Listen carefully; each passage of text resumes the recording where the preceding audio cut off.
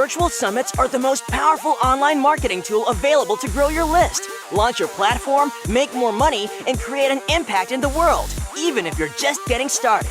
If you are ready to take your summit to the next level, then tune into the Virtual Summit Podcast with Dr. Mark T. Wade. Hi, I'm Dr. Mark T. Wade, founder of Virtual Summit Software and creator of the One Day Summit Formula.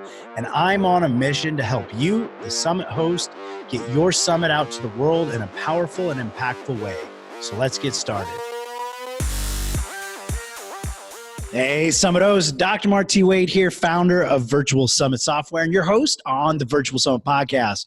Wow, are we in for a treat today? We are going to have a super epic episode today. We got legendary Jennie Wright with us today. Jennie, thanks for being here. Thanks for having me. Hey, everybody. It's going to be so awesome. Jennie is a summit coach and consultant, so we're going to be peeling back her proprietary processes on how she's helped hundreds of summits come to light and achieve some success. So this is going to be a great one. Buckle up. Strap in because we're going to have some fun here. Now, Jennie, I am chomping at the bits to get this information out to everybody here in the summit world. But before we jump into this information on your processes, on the techniques, on the information we're going to be covering, I would love for you to take a quick second and tell our audience just a little bit more about yourself. Absolutely. Well, thanks for having me on, first of all. And this is a really cool topic to talk about. So a little bit about me. I actually accidentally fell into this business about 8 years ago. I did not think I would be doing summits. It became something that just sort of happened. And it just grew from there. My first year doing summits, I think I did probably 30 for my clients, and it just grew exponentially. And I've been really, really fortunate to be able to do this and grow it. I've seen a lot of great things. I've seen a lot of bad things, and I've even screwed up so badly on my first summit that I threw out my very own first list and had to start from scratch. So a lot of learning has taken place in the past 8 years to get me to this point. I absolutely love this. I never trust any coach or consultant out there in the world that hasn't had, or at least can't talk about a mess up they've had, because you only know you get to success by what? Having some failures and learning. And Jennie, I love that you just threw that out there right now. I would love to jump into that. I know everybody's going like, wait, we just leaned in a little bit closer. Tell us about that first summit. What was wrong? What happened? And take us to that moment where you actually decided to throw it out. Help us feel that. Absolutely. Okay, so imagine being in your business for less than a year and being told by everybody that you got to grow your list. We all know this. And summits are the way to go. And you dive in, you're like totally diving into this aspect of growing your list, and you're going for it. But you're not understanding you're not understanding the ins and outs of what it takes to actually connect with an expert or how to niche in. So here I am, I've contacted over 351 experts to be on my summit. And I only ended up with 24. Out of the 24 that said yes, I ended up losing probably 4 who just kind of dropped out for whatever reasons. And then here's the kicker. When the summit actually went to launch, because I wasn't clear on who I was, what I was doing, how I was going to serve, or what I was going to offer after the summit, my experts didn't feel connected with my purpose. They didn't feel connected with my message, and therefore they didn't feel connected with my summit, and they didn't promote. I ended up with a list of, get this, just around 300, which at the time, considering I was at 0, that's pretty good. I'll take it. But the problem was none of them were actually my ideal client. Because my experts were so varied, I had this whole view of I have to serve everybody, and I made it very vague. My entire summit was called the Business Dream Summit, Build Your Dream Business, and it was so vague. And all my experts were vague. So when I went to actually make an offer, people were like, what the heck? Who are you? We came to the summit to build our dream businesses, and now you're talking to us about this offer. It wasn't meshing and it wasn't melding, and I couldn't make any traction with these people. And then I had the epiphany. I actually went to a conference in San Diego and had a very big moment where I realized that I was heading down the wrong path with my business. And I was doing things the wrong way. I was trying to be the girl boss and take on a persona that wasn't really authentic to myself. And it didn't feel true to who I was as a person. And I had that moment where you're sitting literally in a hallway, crumpled up on the ground, having a big girl cry. and realizing that you've really screwed up. Thousands of miles from home, let me say. Came home, had a real, moment about where the business should be going, and took a different direction. And the different direction meant I had to get rid of that list. I had to dump them. I had to get rid of them because they weren't the right people. And it made no sense for me to continue to try and market to these people when they weren't in alignment. That was really hard. Oh my gosh, letting that go was one of the hardest things I ever did, but it was also incredibly freeing. And it allowed me to focus on the path I needed to take. And that's what revolutionized the business. And that's where I started building out my new method of actually list building that I've applied since then. Virtual Summit's software makes hosting a summit easier than ever. The only software in the world designed specifically for hosting a summit lets you set up a summit in a matter of hours with no tech skill or team needed. You can try out the Virtual Summit's software free at virtualsummits.com. But hurry, this is a limited offer. And I mean, there's a lot of time and energy that went into building that summit. I mean, to let that go after all that time and all that energy and finally having a little momentum. Yeah, I can imagine the crumpled up big girl cry happening over there. I'd be right there with you. Now, fast forward, you've done a few summits since then, right? Like how many summits have you done? And what is like maybe a high level thing that you've learned based on what you were just talking about from then till now? Absolutely. I've been really lucky. I've done about 245 summits at this point. A couple for myself, obviously, to build my end of the business, a lot, obviously, for the clients to build their sides. What I've found is that we're being coached to just get it done and then worry about the offer later. Just get it out there, build the list, go for the vanity number, and worry about the outcome later. And we kind of do that as entrepreneurs sometimes, but we got to stop doing that a lot of the times. And what I find with the list building and summits in particular is if we're not niched in, and I know you say niche, I say niche up in Canada. If you're not niched in and you're not completely dialed into who you are and what you do and what you're going to do after the summit, then there's no point in actually building it out. I always start at the end and I work my way backwards in a process. And that has created the most amount of success.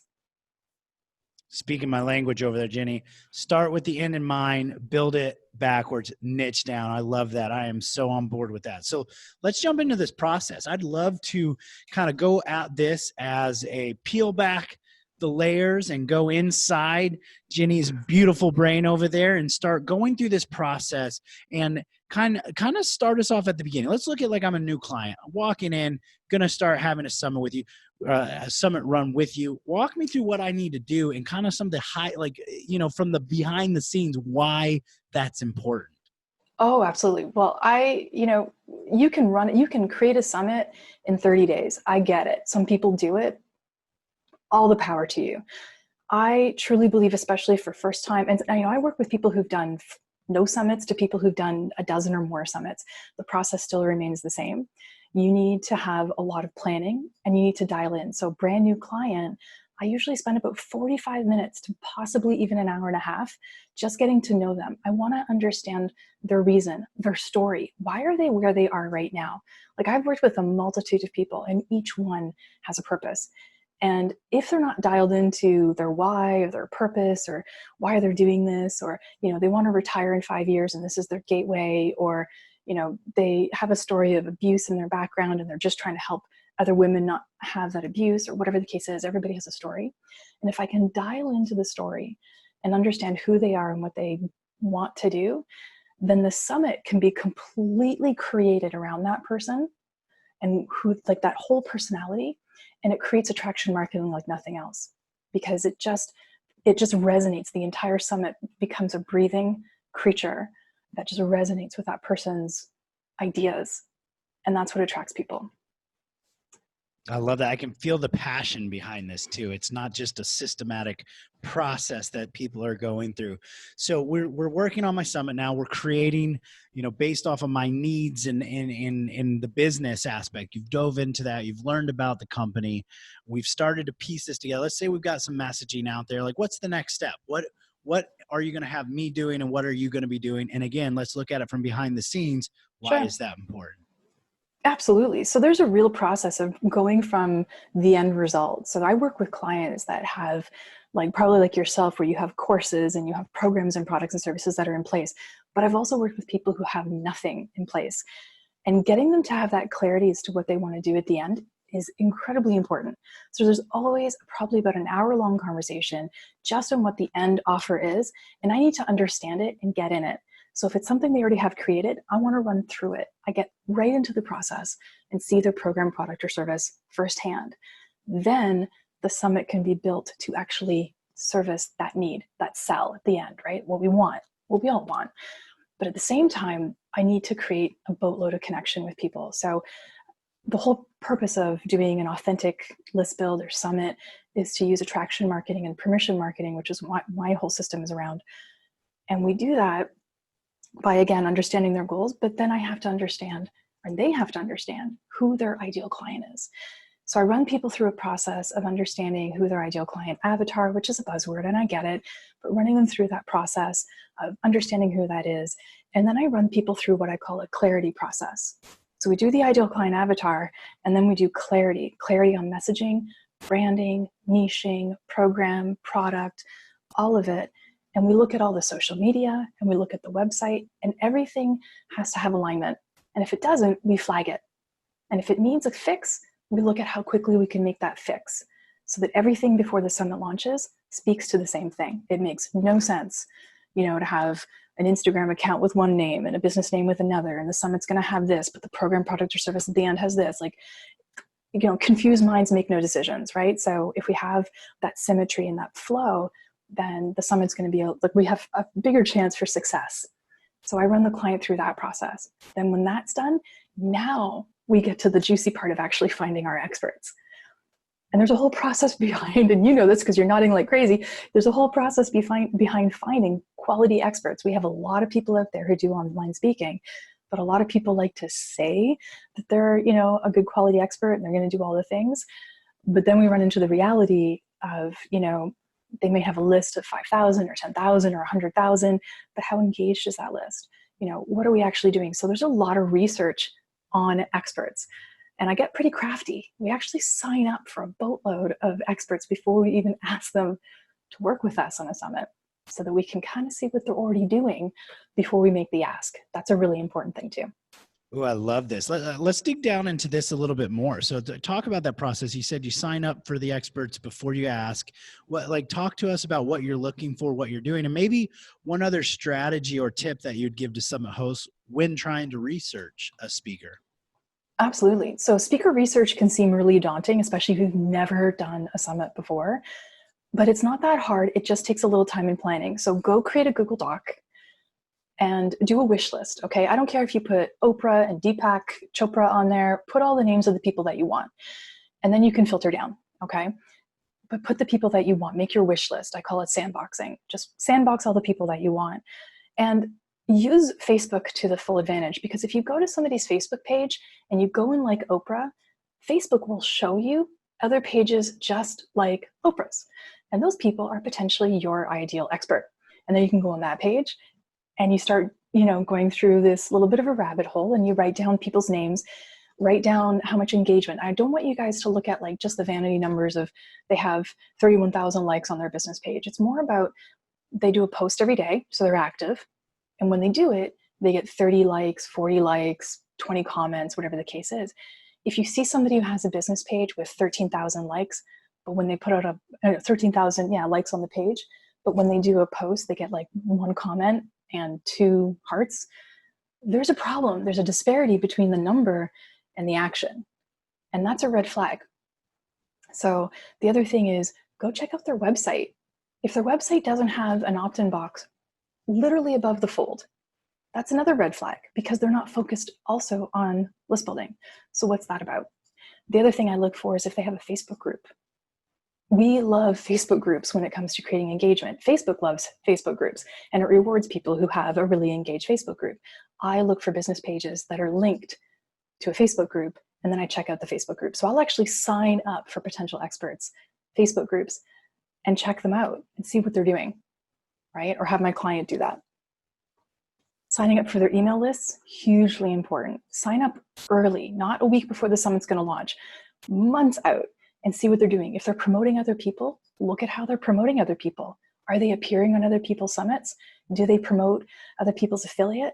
How often are they doing it? Is it every week, every other week? These are real key indicators as to the performance of the potential expert, as well as how they would perform as an expert in your event. I love checking out people's videos and seeing how they perform on video. I love seeing what kind of graphics. I mean, if their graphics look like they're from 1992, red flag for me. Look for the branding, look for the symmetry, look for all the things. It's a sort of a larger picture. And then you start whittling down that list, right? So if they start hitting all the qualifications of engagement, having their crap together, branding looks good, messaging's good, they promote, they do all the things, those people get shortlisted. Those are the people I want to talk to. And I love this idea about looking at the recommended pages. I mean, that's so clutch right there. A quick way to it's almost like having Facebook do the research for you. Oh, yeah. And provide you. It's like having a research team right there with Facebook. I love that. So let them do the work. Let their algorithm do all the work for you. I mean, why would you even Google? The other thing that's really, really good though, is if you do use Google the topic for your summit that you're thinking of doing, plus the word summit. And because SEO is how it is, you're probably going to get 10, 20, 30 different results. Then you can actually look, because people to put the pictures of their experts on their opt-in pages, thankfully for us, then you can see who's showing up and actually having done a summit. Having an expert who's done a summit before puts them up in the rank for me because they understand the process, which means they know how to do things and they're most likely going to promote. Brand new people who've never done a summit before, experts who've never done a summit before, they don't understand the process necessarily. And although it doesn't disqualify them from being an expert, it does make me wonder whether or not they're going to know how to sort of play the game that we play in, promoting and getting information out and just participating as a good expert. Be sure to check out the speaker management tool inside your virtual summit software, which lets you quickly and easily recruit and manage your speakers on your virtual summit, literally eliminating hundreds of hours of work. Get more information at virtualsummits.com. So good. So good. I also like to look for those micro influencers too, that are still willing to promote, but they're not so big that they're like, I'll speak on your summit, but not actually promote it. Yeah. Let's talk about that for a second, if that's cool with you, because there's a really big thing here. So I am not somebody who goes after the big names. It's great to have a, what's the right word? Somebody who your position or your influencer. Sure, right? You like to have that one person, your keynote, right? It's great to have that one person that will draw the names in. That's awesome. But I like to fill the rest of the summit with people who are, for lack of a better term, like the people who are going to actually get it and go to it. That doesn't mean that you can't have big engaged lists, but you're probably not going to get the same response from somebody who has 100,000 people or 200,000 people on their list. They're going to tell you flat out they're not going to promote, because their marketing calendar was booked out 12 months ago, right? And they've got their own stuff happening. So you're better off not chasing the big names. You're better off looking at people who just create a load of good content, who are, I call them the worker bees. They're just they're in it to do it. They're ready to promote. They're gung-ho. They're going to get it done, and they get the model. Such good insights right there, Jennie. Well, let's keep moving forward. We're going to come back to the promotional aspect and creating engagement in a moment, but let's keep moving forward with the process. We've now done some of the speaker recruitment, maybe touch on speaker outreach, and then also next steps after that. Outreach is fun. It's also really daunting for people because they're worried that they're reaching out to somebody who potentially is more experienced than them, has more clout than them, more influence than them. But I try and dissuade, I try and make people feel better about that. Just saying, look, they were exactly where you were at one point. They've just gone a little bit further down the road. You guys are at equal, you're at par. There's none of this put on the pedestal. Oh, please, would you please grace me with your pretty presence on my summit? Please don't do that. Ingratiate a little bit, sure. Give people some clout for the fact of what they've done. But reaching out to people should be about, hey, look, I saw your webinar and I bought your book. And both of them I found were really transformative. I'm going to be hosting a virtual event that's happening in, X month, and I think you'd be a fantastic fit. Can we talk? Get people on the phone, get them on Zoom. I actually prefer not to book experts via email or DM. I want people on Zoom with me. I want to see their faces and how they react. I want to see their backgrounds. Are they talking to me from a Starbucks or their car? How keen are they? These kinds of things. I never book an expert solely from an email unless I know them very well. There's a vetting process. So we already pre-vetted with all the information, checking all the things out. But when we actually get on the call, there's a lot of questions. One of them has to be flat out, everybody on this event is going to promote. And here's what I'm looking to get. Is that going to be a problem? And get it right on video. Because if you guys can have that sort of like gentleman's agreement that promo isn't a problem, that it's flat out, lay all your cards on the table in that aspect, and they agree, you're going to have a better go of it. If you're like, I don't know, I don't want to ask them to promote. Oh, Jenny, I feel uncomfortable asking people to promote for my thing. Then you're not ready to do this model, right? Summits are about collaboration and asking other people to help you get the word out so that they get exposure and you get exposure. And we have to overcome that fear of asking people to help us promote. So in the outreach portion, heck yes, it's about getting on Zoom and having these really good conversations, but it's also about promoting. The other thing, a really good tip, is literally asking the expert, do you know anybody else who would be a really good fit for this event that you know of that you might be able to introduce me to? Because trust me, we all know each other in our niches. And if I know somebody who's a really good fit, but I'm not, or I'm busy, then I'm definitely going to recommend my friend who would be like super good. And that's a really great way if you're having trouble finding potential experts to do that. I love that. Yeah, it's a collaborative marketing strategy. Only works if everybody's participating in it. So let's jump forward real quick to the aspect of like hosting the actual summit. Let's say the summit's going live. Is there any kind of high level tips or strategies that the summit host should be thinking when we're actually hosting it? Now, again, aside from engagement and promotion, which we're going to come to right after that, but like maybe mindset prep or preparation because of about what's about to happen, anything that they should be aware of in that sense.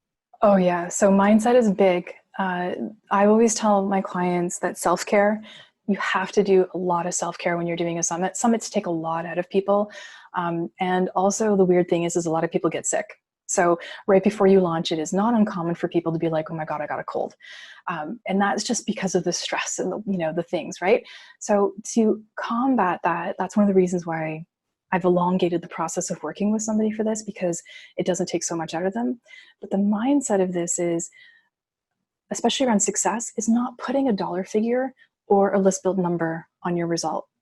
If you're just going after dollar figures, if you're just going after making money, or if you're just going after the vanity list build, then you're going to probably not feel really good at the end.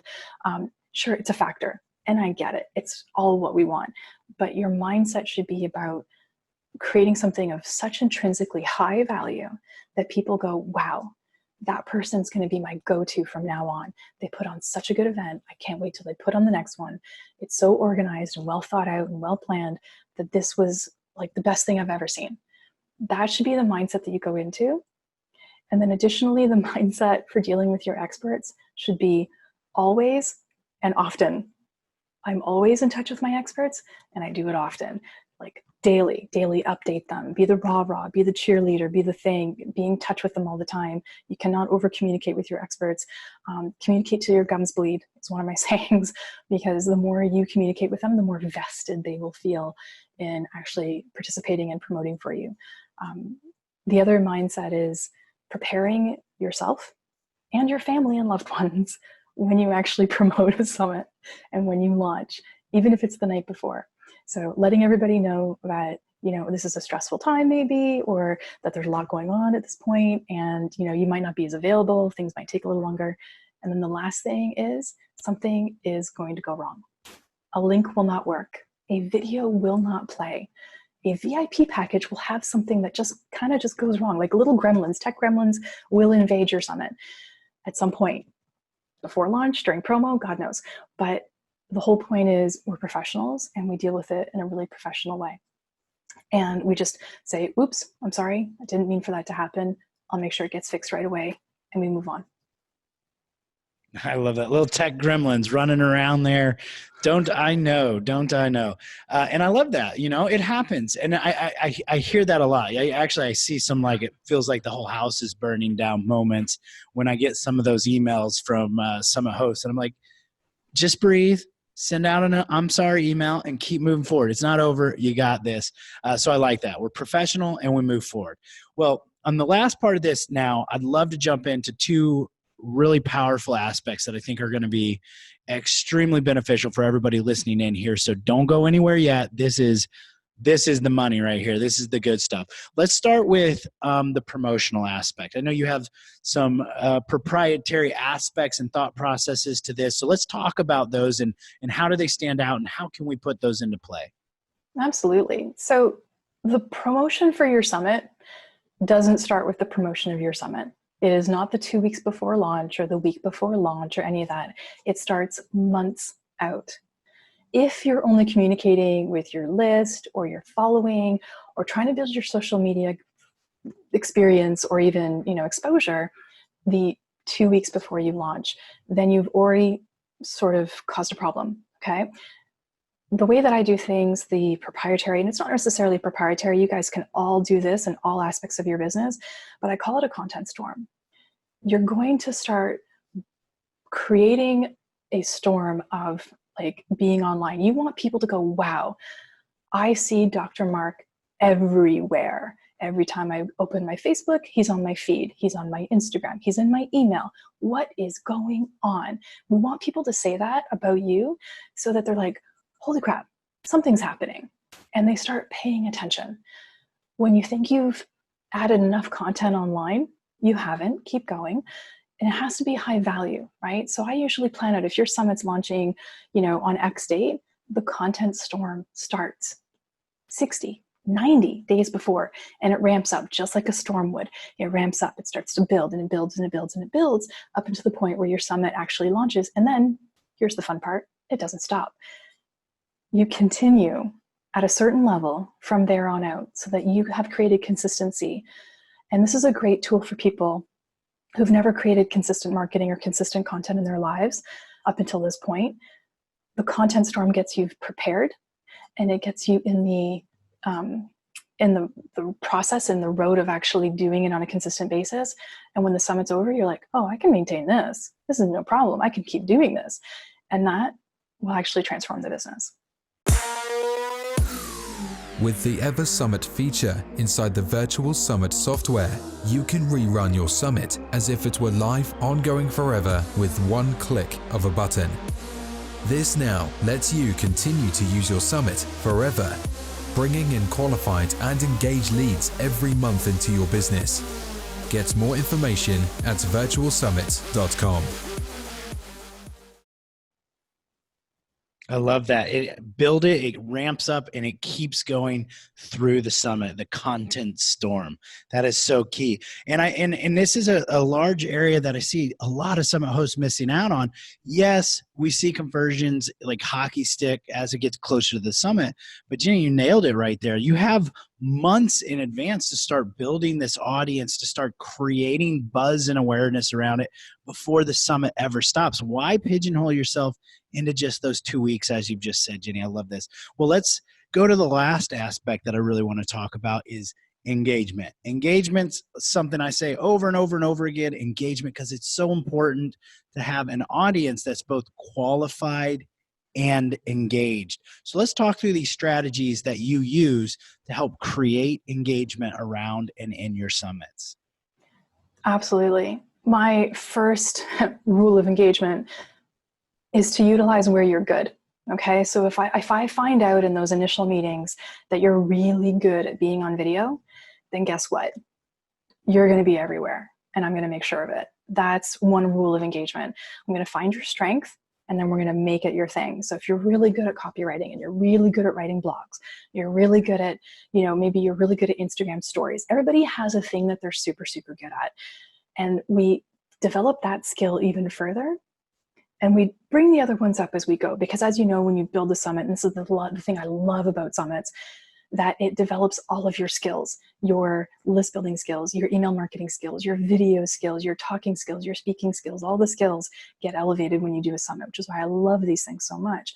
And the engagement process comes from taking your strengths and elevating them, and then developing the other ones. And then just before, I mean, you were talking about the hockey stick of actually having the returns and stuff in the list build. The hockey stick sort of feel also works for engagement. So I love taking somebody that may or may not be even comfortable doing Facebook Lives. And that's part of the content storm. That's the ramp up of creating engagement, creating topics that are really, really helpful.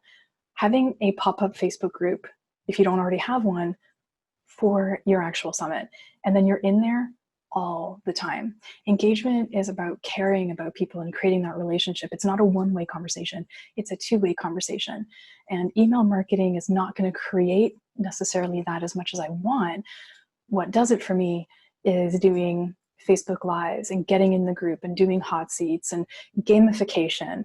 You're going to see a lot of summits changing because they have to evolve, and they're going to involve things where the audience gets involved with what's happening. There's going to be, fireside chats and workshops and all these kinds of things. Anything that you can create. I have a client right now who's running a summit. We're calling it a virtual retreat. She's actually doing yoga flows every day at noon during her summit to create engagement. And people are showing up and they're actually doing the flows with her. So that's an engagement builder. Anything that you can do, if you do sound bowls, do sound bowls once a day. Whatever it is, it's going to elevate the engagement with your people and get them to go, oh, that's my person. That's going to work for you. Absolutely love that. It is so key to do the engagement. And imagine how eager those people who are showing up doing those yoga flows are to buy, be a part of, join, whatever else she's going to offer, right? I mean, that's the importance of the engagement. Well, the engagement identifies hot leads. So you're using it as a technique to go, oh, Marianne shows up every single time I go live. That person's a hot lead. We start connecting with Marianne. We find out Marianne's really interested in what we're going to do. And when we make an offer, Marianne's one of the people that will DM, will personally message, will get in touch with and be like, hey, Marianne, I'm offering this, whatever. Those are the kinds of things that you can sort of notice when you're creating engagement. Absolutely love that. This has been super phenomenal, Jennie. We're getting so much amazing summit gems from you here. It's almost sad that we're going to have to get off on this. I know you and I could probably talk summits for hours. But before we do, I know everybody's sitting there going, well, Mark, how can I get more of Jennie? How can I check out what she's doing, what she's creating? So why don't you let everybody know where you're hanging out at, maybe the best place or way to get in touch with you? There are a couple of ways. Again, I love engaging with people. I'm all over it. I have a really cool Facebook group called List Build and Lead that I'd love everybody to come check out if they want to. They can get lots of Jennie in there. You can check out my site, jenniewright.com. It's in the process of getting redone, so I do apologize for how it looks at the moment. But those would be two really good places. Come check me out on my business page, message me, get in touch, DM me, all the things. All of those things. And all of those things will be on the show notes, so all of you can grab those and get in touch with Jennie. Now, before we hop off here, Jennie, I would love for you to just kind of leave our summit hosts with a parting piece of wisdom or guidance. Oh, thanks for putting me on the spot with that one, but I like it. What I would tell everybody is that if you're looking to build your list, then you need to look at creating at least one, if not two summits per year that are going to create those big list injections, and then fill the rest of your calendar with list builds that make sense in smaller aspects. But a summit should always be part of your marketing calendar and planning them ahead. I love a spring, I love a fall summit, avoid the holidays and things like that, but plan these things around your launches, and it's going to get you the best results if you do that. Absolutely love that. Thank you so much, Jennie. This has been an absolute pleasure. Thank you so much. I appreciate it. And thank you, all you Summit hosts, for hanging out with Jennie and I. I'm Dr. Mark T. Wade, your host here on the Virtual Summit Podcast. And just remember, your message matters. So go out there and make an impact in the world. Don't forget to check out all of these amazing goodies that Jennie's given us over in the show notes at podcast.virtualsummits.com/128. And we'll see you on the next episode. Thanks for listening. Now don't forget to subscribe and leave a 5-star review on the Virtual Summit Podcast.